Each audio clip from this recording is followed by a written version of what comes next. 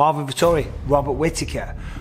Now, Robert, as we know, took on Israel Adesanya, didn't go his way, close fight, gave a good account of himself, went the distance, and even some people thought that he won. Some people thought that he won 3-2. I had a difference of opinion. I thought Izzy won 3-2, potentially even 4-1. However, those rounds were extremely close. You've saw my video on this and you might think I have biased commentary, but so what? Izzy won the fight and the judges agreed so. But still, I thought Robert actually gave a very, very good account of himself, came with a better game plan, was better approached, and even though I had Izzy winning most of the rounds, Rob was only just behind him. You know, the takedowns were decent, the threat of the takedown set up the shots. He was a little heavy on the left hand, but we know when he threw the right hand in the first round, he got dropped off Izzy, and that's what happened in the first fight as well. So maybe that was a little mental thing why he didn't want to throw that, because we know normally Robert Whittaker does throw the right hand. He's a complete threat. I mean, the last fight before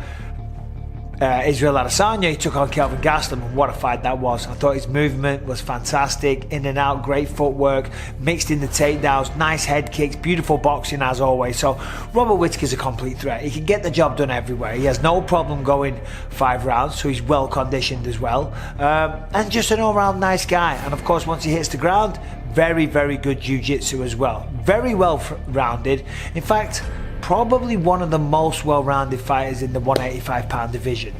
Now the problem is he's lost to Izzy twice in a row. So where does he go from here? On the flip side, Marvin Vettori, I mean, this guy's incredible. I mean, that fight that he had against Paulo Costa, I will forever be a fan of Marvin Vettori for that one, because, you know, remember Paulo Costa came in at 215 pounds. Oh no, they fought at 205, but he was very, very heavy, nowhere near the weight class. Marvin didn't even blink. He didn't bat an eyelid. He said, yeah, I'll fight him. I'll fight him, no problem. Sounds nothing like that. He doesn't not talk like this, but he is Italian. But yeah, no, he just impressed me with his attitude. He said, yeah, no problem, I'll fight him. And then in the fight, oh my God, 5 rounds of absolute war. How Vettori took all of those shots and didn't look hurt once. I mean, listen, Paulo Costa's a big dude. He hits hard, he came in heavy, but he also came in condition to go 5 rounds, which is weird how Costa never actually, you know, made weight, because he certainly did the cardio, he did the hard work. But as I say, Vettori just looked sensational because he beat him fair and square, but he took a lot of heavy shots in the process. The man is an absolute monster of a man. This is an incredible matchup. You know, Robert Whittaker and Marvin Vettori, both of them, they've lost to Adesanya twice in a row, right? Well, not twice in a row, they've lost twice. So it's like, a path to fighting Israel again is hard. You know, fighting Israel for a 3rd time, is anything going to change? I'm sure Robert would say yes, and damn sure Marvin Vettori would say yes. Of course they would, you know. I'm sure both of them thought they did very well in their last fights, and they did. It just wasn't enough on the night. But now, it's weird. I mean, if they beat one another, Robert or Marvin beat one another, they're not going to get a title fight. But what they're doing essentially now is fighting the next hardest person. Robert Whittaker's fought everybody else in the top 5. Beat Cannonier, lost to Adesanya twice. Who else is there? Derek Brunson, he's beaten him.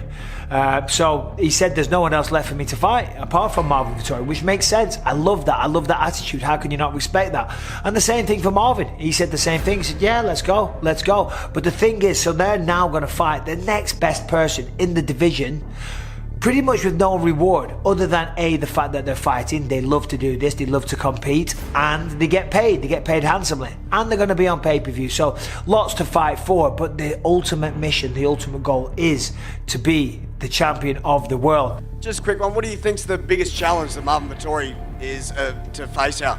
Mate, he's got a head on him. Like, he does. Like, I think that honestly is one of his greatest weapons. It's just the fact that you can't crack him. He just loves punishment, and he's the sort of dude that'll make you feel bad punishing him and give up. So, especially against Costa, I mean, he took some big shots. Mate, honestly, and he's a tough nut. He is where he is for a good reason. Him taking that fight with Costa at the heavier weight just shows the guts he's got in the games. He's a fighter, and he'll go out on his shield, and I'm willing to take that fight to him. So I look forward to Paris and just having a good go. Mate, we all look forward to it. Love you, Bobby. Cheers, boss.